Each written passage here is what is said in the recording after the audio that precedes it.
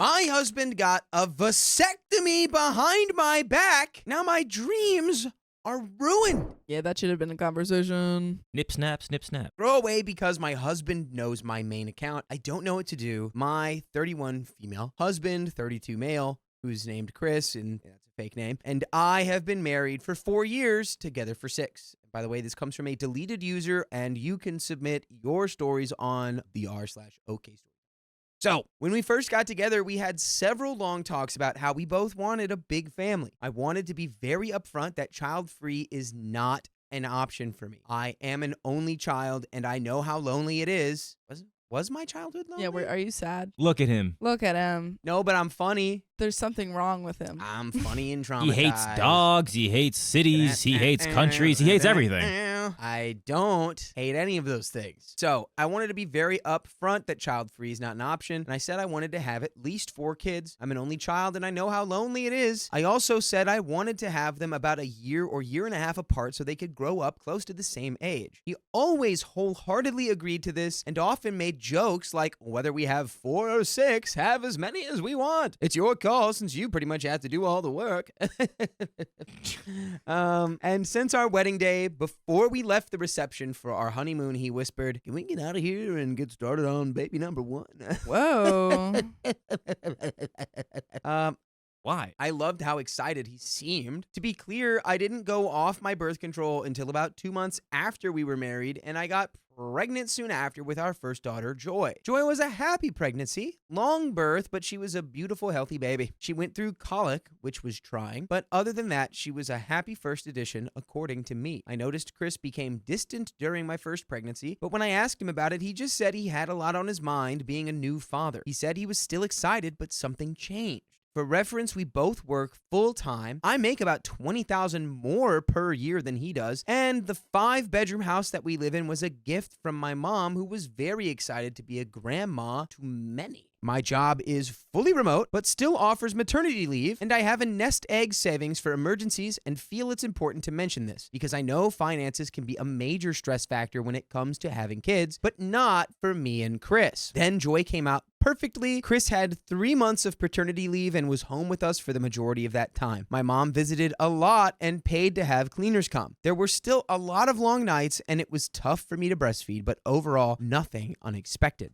Chris still seemed distant, but always helpful with Joy. We have an agreed open phone policy, so I did check his phone quite often, but didn't find any sign of cheating. He goes through my phone whenever he wants as well. I asked if he found me unattractive while pregnant, and he assured me no, he loves me and is excited for our family. Fast forward a year after.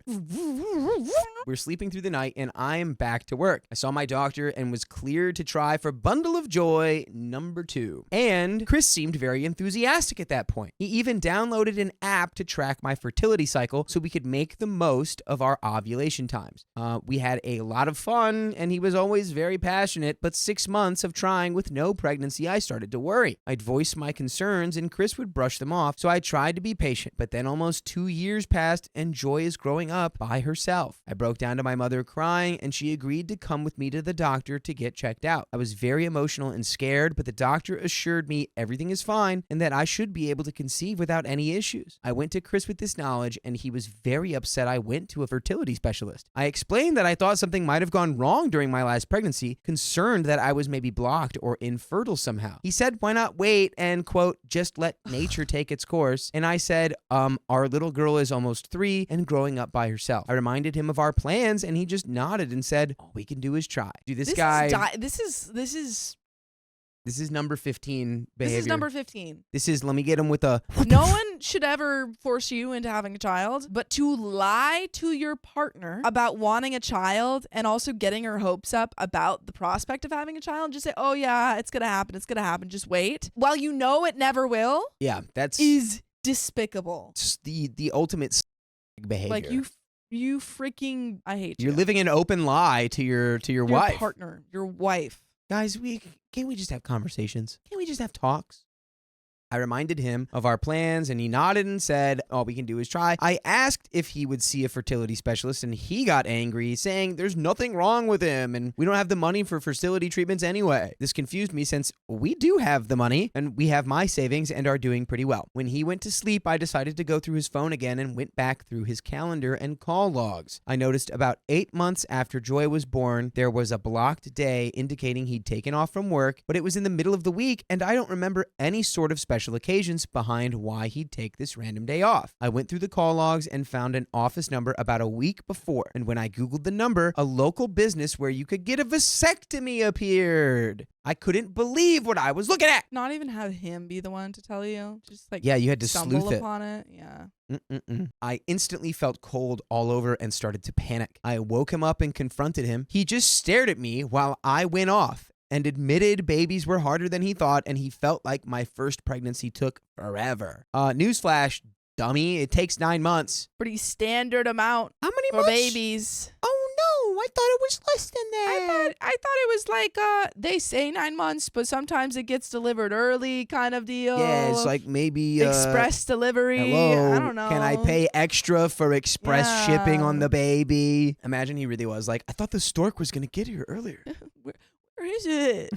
I just couldn't believe it. I packed my things, Joy and her things, and drove to my mom's house. She's in distress with my sudden appearance and my inability to stop crying. I finally told her yesterday morning what happened, and she's just beside herself. I don't know what to do, but every time I think about how during Spicy Sleep, Chris would talk to me about giving me a baby, and he'd had a vasectomy the entire time. Oh my God. I feel so disgusted and stupid. I can't believe my little girl is going to grow up alone. Chris has been blowing up my phone, but I just keep letting it ring and haven't read any of his texts. Yeah, no, like to be such a liar. It's unbelievable to do that lie. It's just despicable. there's no going back. No. It's like your relationship is over whenever she finds out. Yeah, to lie There's like no that for trust months and months. that you can earn back after that. No, you're just you're disgusting. And there's an edit to those things. I coerced my poor husband into agreeing to a big family. That's not what happened. No.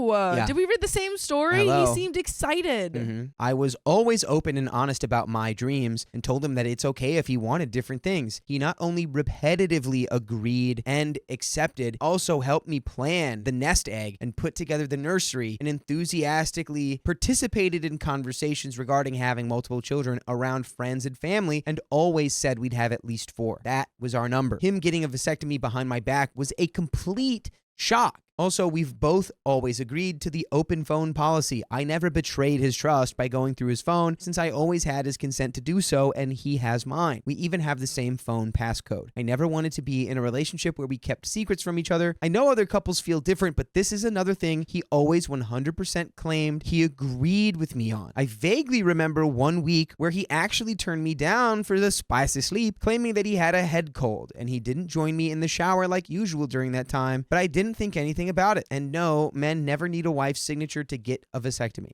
We have an update. Man, I really hope that you divorce this man, because I cannot imagine trying to how you would come back from this. What's crazy to me is like it seems like these two had perfectly open Yeah, communication. they were so aligned. Like seemingly. It seemed like the perfect thing, like a perfect relationship. You have, clear communication. You can use each other's phones. You guys know each other's passcodes. And this guy just seems like, nah, this is a tiny thing. Yeah. Let's hit the update. Some of you made some comments about my mom gifting my husband and I a house, paying for occasional cleaning services, implying that Chris feels somehow emasculated by this. Also implying I'm too financially dependent on my mom. I make very good money. I have a sizable savings and don't need any help. My mom was excited to buy this house for us as a wedding present. My dad passed away when I was young. He was wealthy and left my mom everything, so she shares his love since I'm her only kid. I make more money than Chris and always have. Yes, his name is on the house, so yeah, I'm gonna get screwed over in the divorce. Some of you complained that I broke his trust by going through his phone, but we already talked about this. They have an open phone policy. Some comments called this arrangement between us unhinged, which to me is bizarre. Chris, I thought, was my soulmate, my husband and best friend. We don't have secrets, or so I thought. Isn't that the whole point of marriage? To finally have one person in the whole world that you can tell everything to always be on the same team. Obviously, I was wrong, and as many of you pointed out, that kind of love, trust, and openness doesn't really exist, and none of that matters now. That was kind of sad. I feel like that can exist. It can. can. Yeah. Not with him. Just not with the guy. Just not with this one guy. Liar. Just not with this guy. Chris and Joy seemed fine to me, but in hindsight, there's always been hesitation on his part. I always thought it was just typical since the short while my dad was alive in my life, I don't really remember him being affectionate or warm. He was nice and played with me sometimes, but I don't remember being held by him very much. I asked Chris many times if everything was okay when I noticed he was distant. He always said things were great and gave an excuse, just tired or work is draining. It was no big deal. We're in the US and here a man can go get a vasectomy at any time. I don't know what Chris told his doctor. For all I know, he took his wedding ring off and gave a sob story or probably just walked in and asked for the procedure. It doesn't matter. I'm really thankful for my mother. She's heartbroken for me, and like many of you, she already knows my marriage is over. There's been a lot of long nights of me crying that she's endured. I'm numb when I'm not crying and keep getting this creepy feeling that nothing matters. Oh. No, things matter. You're just going it's through just it right now. It's gonna take you some time to recover from this because this was a big deception from a person that you thought that you could trust. True. So it's gonna take some time. Be gentle with You were yourself. being actively deceived. That's hard. We are getting a divorce. I finally called Chris and he sobbed. He was sorry. Said he might be able to get it reversed. I've read a lot about vasectomy since my last post, and sometimes it can't be reversed. It's always a risk. Well, it doesn't really matter whether or not he can get it reversed or not Yeah. because the betrayal already happened. Right. You've already done it's not really the vasectomy. It's more like that you did it and didn't say anything about it and then lied and was like, Yeah. oh yeah, we're going to have a baby tonight. It's like, gross. You're just a disgusting liar. Again, none of this matters. It's not actually about the vasectomy. It's that the person who I thought was the one person in the world I could trust, that I was on the same page as, literally writing the book together, made this decision without me and kept it from me and then lied for years. I really thought what we had was true love, and now I'm pretty certain that doesn't even exist. Chris has not offered any explanation. He cried and begged for my forgiveness and said again that he could get it reversed. Even if he can, what happened is irreversible. He never once answered my question. It's really painful to talk to him, so after 3 times of asking and him each time dodging the answer and begging forgiveness, I finally just said, please leave the house, and told him he'd hear from my lawyer. He texted that he's packed up and left, and I haven't heard from him since. He never once asked about Joy. Ugh. My lawyer says I might wind up paying alimony, but I might be able to get the house since it was a gift from my mother, and Chris has never made any financial contribution. He also says Chris committed a kind of infidelity since he went behind my back to have this life-altering procedure and admitted it, so that might help me. God, I would hope that would help you. Yeah, it's gotta. Like, I mean, how could it not help you? Like, I'm going to help you right now by letting you know you can listen to full episodes with stories like these. All you have to do is go to Spotify or Apple Podcasts or wherever you get your podcasts and search OK Storytime. that's it. And then, boy, oh boy, you're off to the races. And then we're here with stories, and you're there. Yeah, and we do have a little bit left here, and I don't even think there's anything left to say other It's than just that. divorce. It's just divorce is the only path forward here, and you know, brighter counseling days. so that you guys can co-parent. But that's Yeah, probably that. I don't even know if I would do joint counseling. I think maybe just he goes to his own counseling, you go to your own counseling, because it's like, you know, I don't know, but co-parenting, light co-parenting, yeah. because it's just gross. I can't imagine having to be around somebody who lied to me in that way for so long. It just feels so despicable, Like a, utterly despicable. But you know what? You're going to be on the upswing here, OP. yes, you're better without this person. Brighter days are ahead. So, to everyone telling me it's going to be okay and I can still have more children, all of that seems impossible right now. My heart is broken. I've never experienced such sadness, and the only relief is when I'm playing with my daughter. Her happiness is infectious. She's blissfully unaware, having the time of her life at Grandma's, but unlike her father, she actually asks, "Where's Dada?" Ouch.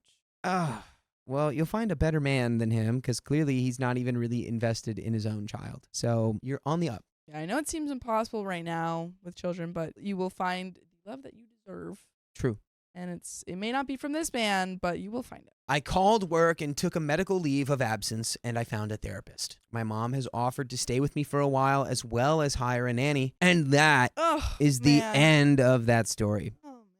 So that's a pretty rough spot to be. But, you know, you're on the upswing. But that is the end of that story and the end of this episode. So if you love us, make sure you subscribe. We love you. And see you tomorrow.